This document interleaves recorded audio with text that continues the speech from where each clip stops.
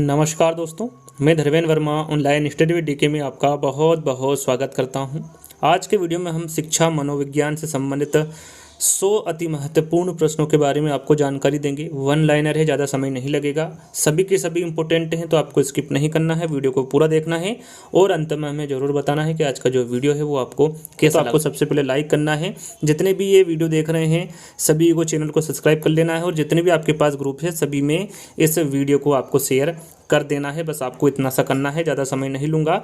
तो शुरू करते हैं। आज का पहला प्रश्न है हमारा, प्रक्षा प्रतिमान का विकास किया था, किसके द्वारा किया था? आपको आंसर यहाँ पर दिख ही रहा होगा। जितने भी शिक्षण प्रतिमान हैं उन सबको इस वीडियो के माध्यम से आपको बताया जाएगा। सबसे पहले जान लेते हैं कि शिक्षण प्रतिमान किसे कहते हैं। एक उदाहरण दूंगा, उसके माध्यम से आप समझ जाएंगे। जिस प्रकार से किसी भी मकान को बनाने के लिए एक नक्शे की आवश्यकता होती है एवं किसी भी प्रश्न पत्र को बनाने के लिए एक मानचित्र की अथवा ब्लूप्रिंट की आवश्यकता होती है, उसी प्रकार से कक्ष में सफल शिक्षण कार्य करने के लिए शिक्षण प्रतिमानों की आवश्यकता होती है। याद रखिएगा, जो कक्ष है उसको सफल शिक्षण कार्य करने के लिए किसकी आवश्यकता होती है? शिक्षण प्रतिमानों की आवश्यकता होती है। तो जितने भी शिक्षण प्रतिमान हैं इस वीडियो के माध्यम से आपको बताया जाएगा किसके द्वारा विकास किया गया था। तो सबसे पहला प्रश्न है प्रक्षा प्रतिमान, इसका विकास किसने किया था? तो ये सचमेन के द्वारा किया गया था प्रक्षा प्रतिमान का विकास।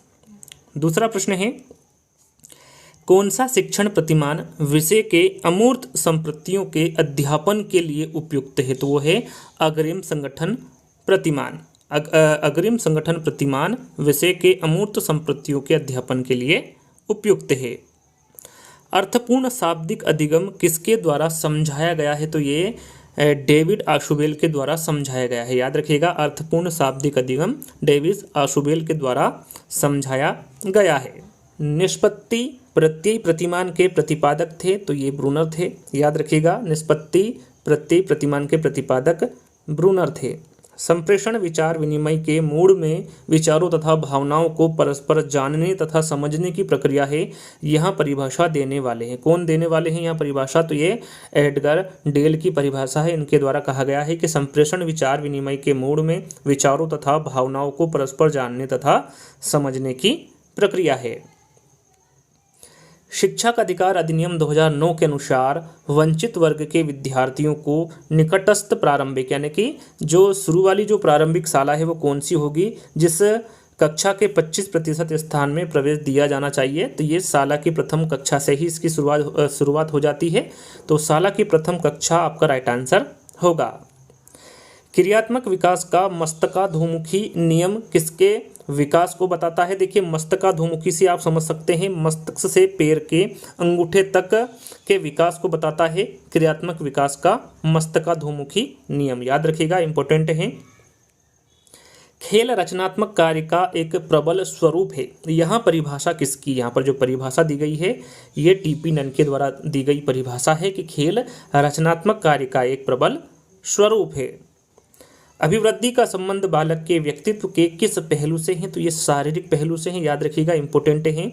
अभिवृद्धि का जो संबंध है वो बालक के शारीरिक पहलू से है, व्यक्तित्व के। तो शारीरिक यहाँ पर आपका राइट आंसर होगा। पियाजे के सिद्धांत में पराधीन नैतिकता किसके दौरान दिखाई पड़ती है? तो ये 4 से 7 वर्ष की जो उम्र है उसमें दिखाई पड़ती है पियाजे के सिद्धांत में पराधीन नैतिकता। याद रखिएगा, 4 से 7 वर्ष की उम्र आपका राइट आंसर होगा।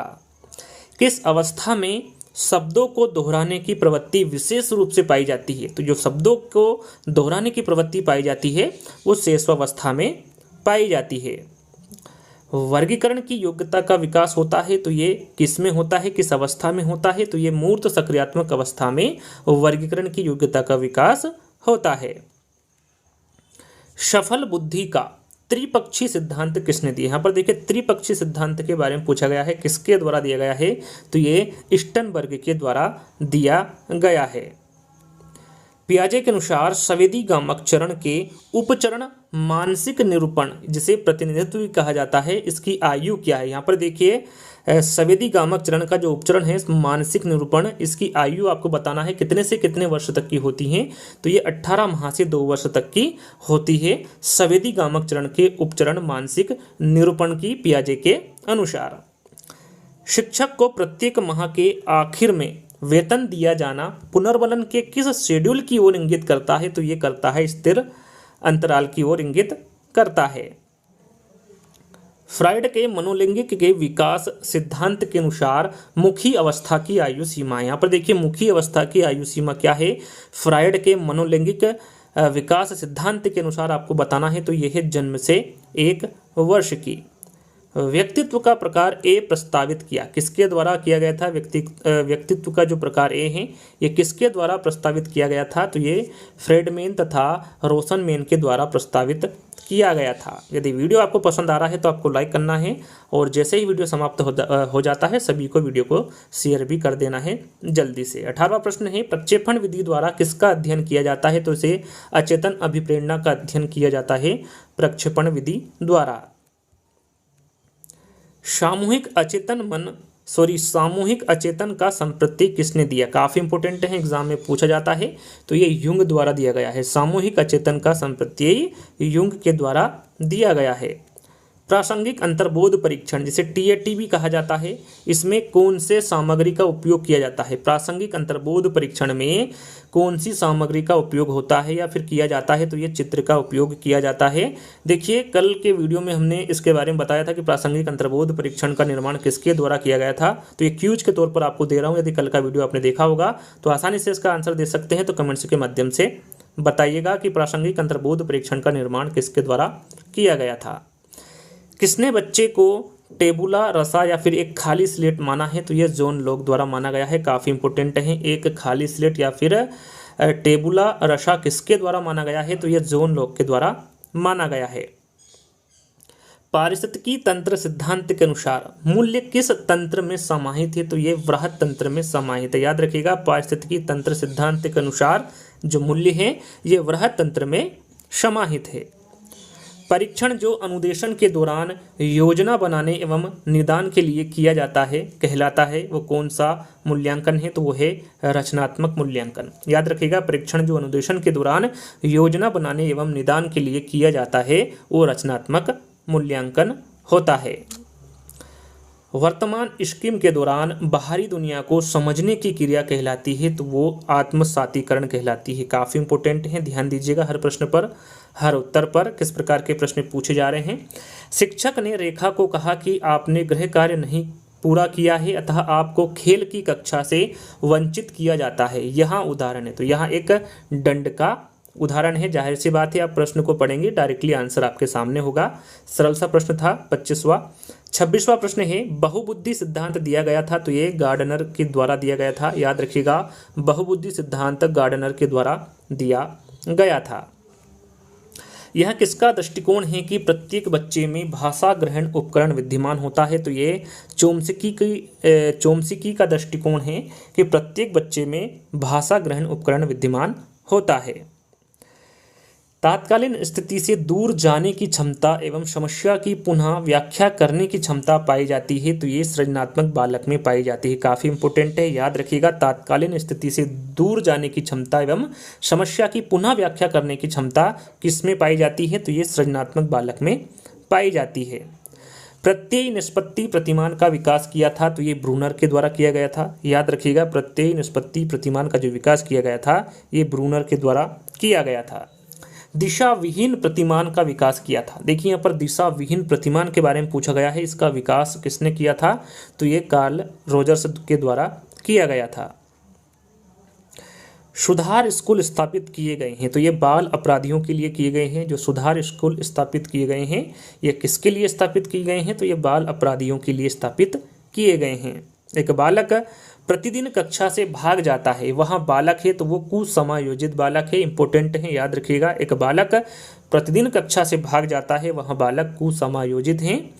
अधिगम निर्योग्यता शब्द का सर्वप्रथम प्रयोग किया था, किसके द्वारा किया गया था? तो ये किर्क के द्वारा किया गया था। याद रखिएगा, अधिगम निर्योग्यता शब्द का जो सर्वप्रथम प्रयोग किया था वो किर्क के द्वारा किया गया था।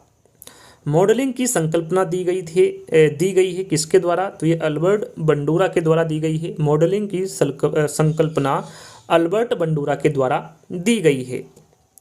मनोवैज्ञानिक जिसने गणित की एक शाखा टोपोलॉजी के सिद्धांत का प्रयोग करते हुए अधिगम सिद्धांत विकसित करने का प्रयास किया है, वहाँ कौन मनोवैज्ञानिक है? तो वो है कर्ट लेविन। काफ़ी इंपॉर्टेंट है, ध्यान दीजिएगा इस प्रश्न पर। शिक्षण का अग्रिम संयोजक प्रतिमान किसने विकसित किया? तो ये आशु बेल ने। याद रखिएगा, शिक्षण का जो अग्रिम संयोजक प्रतिमान विकसित किया है वो आशु बेल के द्वारा किया गया है। त्रिआयाम सिद्धांत को अन्य किस नाम से जाना जाता है? इंपोर्टेंट है, ध्यान दीजिएगा। इसे बुद्धि संरचना सिद्धांत के नाम से भी जाना जाता है त्रिआयाम सिद्धांत को। निकट विकास का क्षेत्र के प्रतिपादक कौन है? तो ये है वाइगोत्स्की। निकट विकास का क्षेत्र के जो प्रतिपादक होंगे वो वाइगोत्स्की होंगे। प्रेरित होने पर अधिगम भी अच्छा होगा, यह कथन किसका है? काफ़ी इंपॉर्टेंट है। प्रेरित होने पर अधिगम भी अच्छा होगा, यह कथन एंडरसन का है। याद रखिएगा। विकासात्मक प्रतिमान का विकास किसके द्वारा किया गया था? तो ये जीन पियाजे के द्वारा। काफ़ी इंपॉर्टेंट है, सरल है। विकासात्मक प्रतिमान के बारे में पूछे तो आपका राइट आंसर जीन पियाजे होगा। अंतःक्रिया प्रतिमान का विकास ये किसके द्वारा किया गया था? तो ये फेडलर के द्वारा किया गया था। शुरू में मैंने आपको बताया था जितने भी शिक्षण प्रतिमान से संबंधित प्रश्न हैं वो सभी आपको इस वीडियो के माध्यम से देखने को मिलेंगे। स्कूल और समाज पुस्तक के लेखक कौन है? तो यह है जॉन डीवी। याद रखिएगा, स्कूल और समाज पुस्तक के लेखक जॉन डीवी है। सामाजिक सांस्कृतिक रचनावाद के प्रतिपादक कौन है? सरल सा प्रश्न है। सामाजिक सांस्कृतिक रचनावाद के प्रतिपादक कौन होंगे? वाइगोत्स्की होंगे। कौन ट्रांसफॉर्मेशनल ग्रामर के संपत्ति को अस्तित्व में लाया? कौन लाया? तो ये पियाजे लाए। काफ़ी इंपॉर्टेंट है, 44वां प्रश्न याद रखिएगा। ट्रांसफॉर्मेशनल ग्रामर के संपत्ति को अस्तित्व में कौन लाए? तो ये पियाजे लाए। बच्चे के सीखने व शिक्षण से संबंधित विज्ञान को कहा जाता है? तो ये पेडागोजी कहा जाता है। याद रखिएगा, बच्चे के सीखने व शिक्षण से संबंधित विज्ञान को पेडागोजी कहा जाता है। सर्व शिक्षा अभियान किस आयु वर्ग के बच्चों को अनिवार्य एवं मुफ्त शिक्षा उपलब्ध कराने का लक्ष्य रखता है? सरल सा प्रश्न है, कल के वीडियो में भी मैंने इसका जिक्र किया था। तो ये 6 से 14 वर्ष के बच्चों को अनिवार्य एवं मुफ्त शिक्षा उपलब्ध कराने का लक्ष्य रखता है सर्व शिक्षा अभियान। याद रखिएगा। पूर्व अनुभवों के आधार पर संवेदना को अर्थ प्रदान करना कहलाता है? तो वो है प्रत्यक्ष ज्ञान। पूर्व अनुभव के आधार पर संवेदना को अर्थ प्रदान करना प्रत्यक्ष ज्ञान कहलाता है। फील्ड ऑफ साइकोलॉजी पुस्तक के लेखक कौन है? तो ये है जेपी गिलफोर्ड। याद रखिएगा, फील्ड ऑफ साइकोलॉजी पुस्तक के लेखक कौन होंगे? जेपी गिलफोर्ड होंगे। रोरसाक इंकब्लाट टेस्ट का प्रयोग किसके मापन हेतु किया जाता है? तो ये व्यक्तित्व के मापन हेतु किया जाता है। याद रखिएगा, रोरसाक इंकब्लाट टेस्ट का प्रयोग व्यक्तित्व मापन हेतु किया जाता है। वैज्ञानिक प्रक्षा प्रशिक्षण प्रतिमान का विकास किया था, किसके द्वारा किया गया था? तो ये सकवाब के द्वारा किया गया था। वैज्ञानिक प्रक्षा प्रशिक्षण प्रतिमान का विकास। पिछड़े बच्चों के लिए शैक्षिक लब्धि की अवधारणा किसने दी है? तो ये सिरिल बर्ट के द्वारा दी गई। याद रखिएगा, इंपॉर्टेंट है। पिछड़े बच्चों के लिए जो शैक्षिक लब्धि की अवधारणा दी है वो सिरिल बर्ट के द्वारा दी गई है। चिंतनशील सोच की चर्चा किसने की है? तो ये डीवी ने की है। इंपॉर्टेंट है, चिंतनशील सोच की जो चर्चा की गई है वो डीवी के द्वारा की गई है। सीखी गई बात को धारण करने और पुनः स्मरण करने में असफल होना कहलाता है? तो वो विस्मरण कहलाता है। सीखी गई बात को धारण करने और पुनः स्मरण करने में असफल होना विस्मरण कहलाता है। वह बालक जो अपनी कालानुक्रमिक आयु के बालकों की तुलना में शैक्षिक कमी को दर्शाता है उसे क्या कहते हैं? तो उसे पिछड़ा बालक कहते हैं। अग्रिम संगठन प्रतिमान का विकास किसके द्वारा किया गया था? तो ये आशु बेल के द्वारा किया गया था। याद रखिएगा, अग्रिम संगठन प्रतिमान का विकास आशु बेल के द्वारा किया गया था। स्टैनफोर्ड बिने स्केल से एक व्यक्ति के किस गुण को मापा जाता है? तो ये बौद्धिक गुण को मापा जाता है। याद रखिएगा, स्टैनफोर्ड बिने स्केल से एक व्यक्ति के बौद्धिक गुण को मापा जाता है। बुद्धि लब्धि का समीकरण किसने विकसित किया है? तो ये टर्मन के द्वारा किया गया है। बुद्धि लब्धि का जो समीकरण है ये टर्मन के द्वारा विकसित किया गया है। वह चिंतन प्रक्रिया जो नवीन मौलिक तथा उपयोगी विचार के उत्पन्न होने में लिप्त हो कहलाती है? क्या कहलाती है? तो वो सृजनात्मकता कहलाती है। व्यक्तित्व का पहला प्रकार्यात्मक वर्गीकरण प्रस्तुत किया। काफ़ी इंपॉर्टेंट है, किसके द्वारा किया गया था? व्यक्तित्व का पहला प्रकार्यात्मक वर्गीकरण तो ये हिप्पोक्रेटस के द्वारा किया गया था।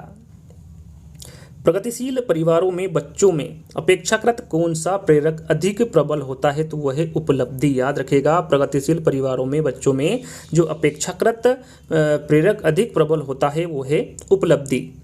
संगणन का सिद्धांत किसकी व्याख्या करता है? तो ये स्मृति की। याद रखिएगा, जो संगणन का सिद्धांत है ये स्मृति की व्याख्या करता है।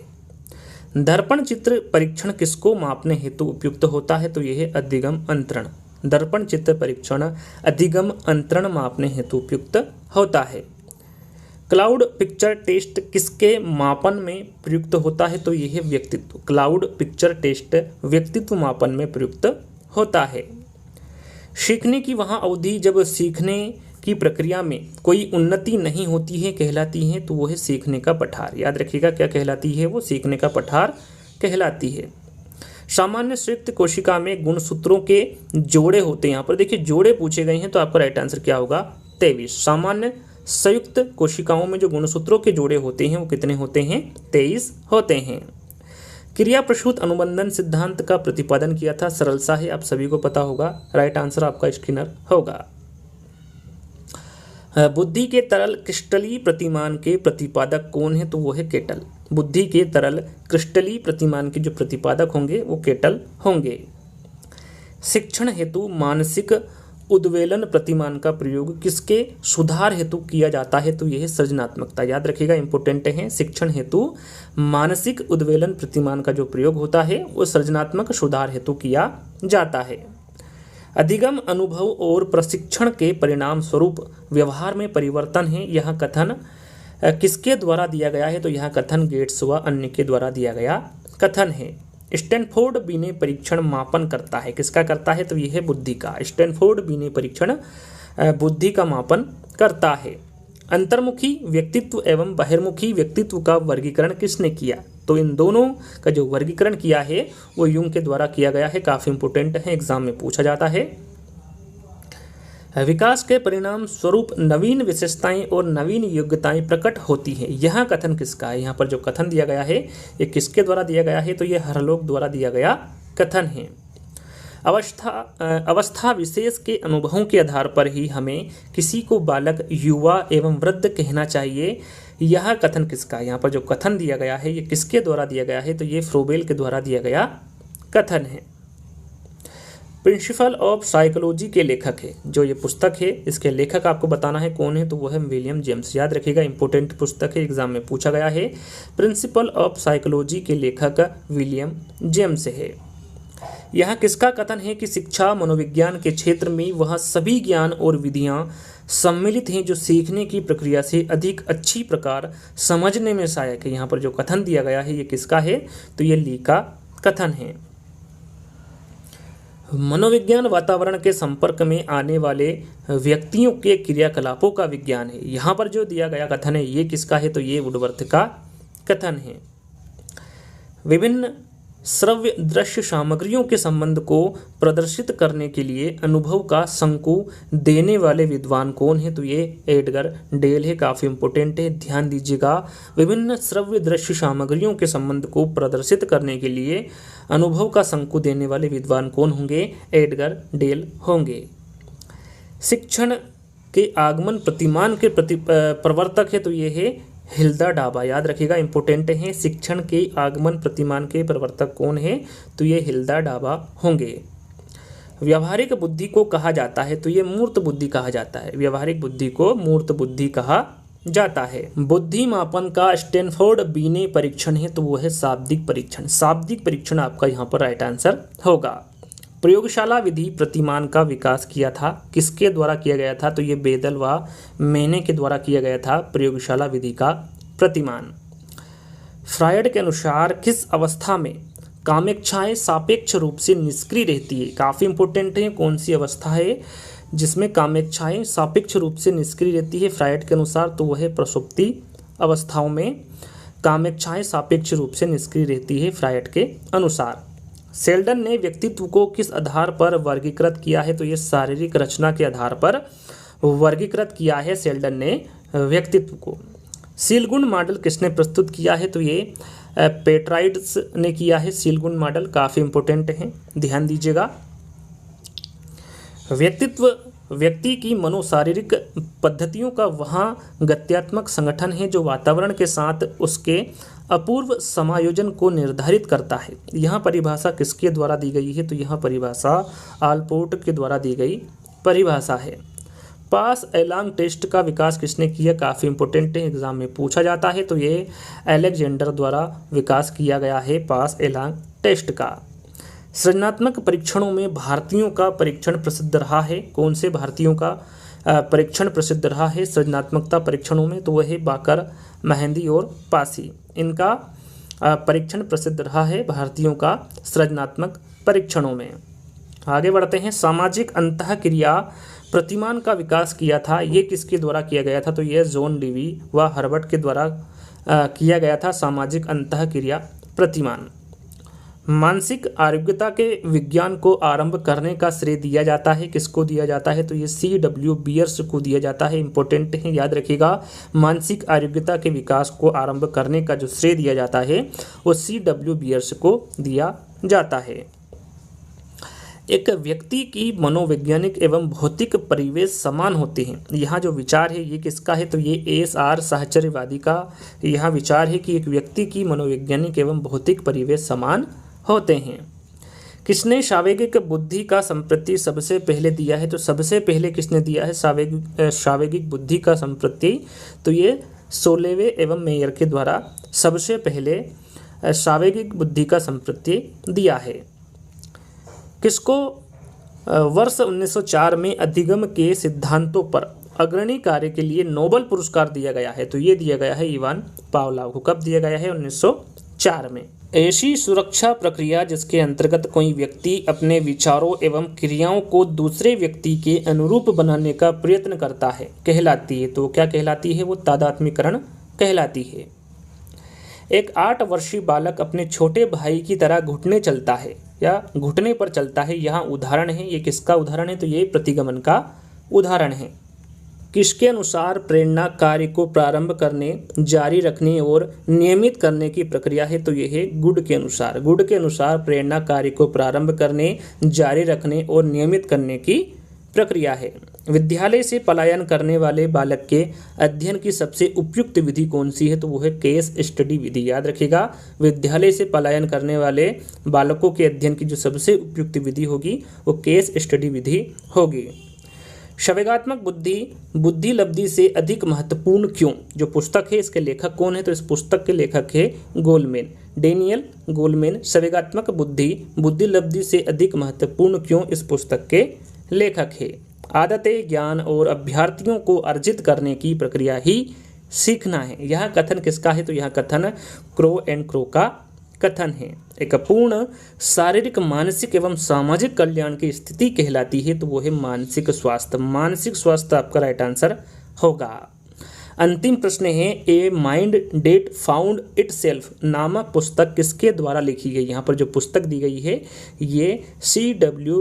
बियर्स के द्वारा लिखी गई पुस्तक है। जैसा कि आपको मैंने बताया था कि टोटल आपको यहाँ पर शिक्षा मनोविज्ञान से संबंधित 100 प्रश्न मिलेंगे। तो आज का वीडियो यहीं पर समाप्त होता है। यदि आपने वीडियो यहाँ तक देखा है तो सबसे पहले आपने अभी तक लाइक नहीं किया है तो लाइक करना है, जितने भी ग्रुप पे शेयर करना है और सभी को चैनल को बिना सब्सक्राइब करे नहीं जाना है। तो ये 3 चीज़ें आपको जल्दी से कर लेना है। तो जल्दी ही दोस्तों ऐसे ही इंटरेस्टिंग वीडियो के साथ मिलेंगे। जब तक के लिए धन्यवाद।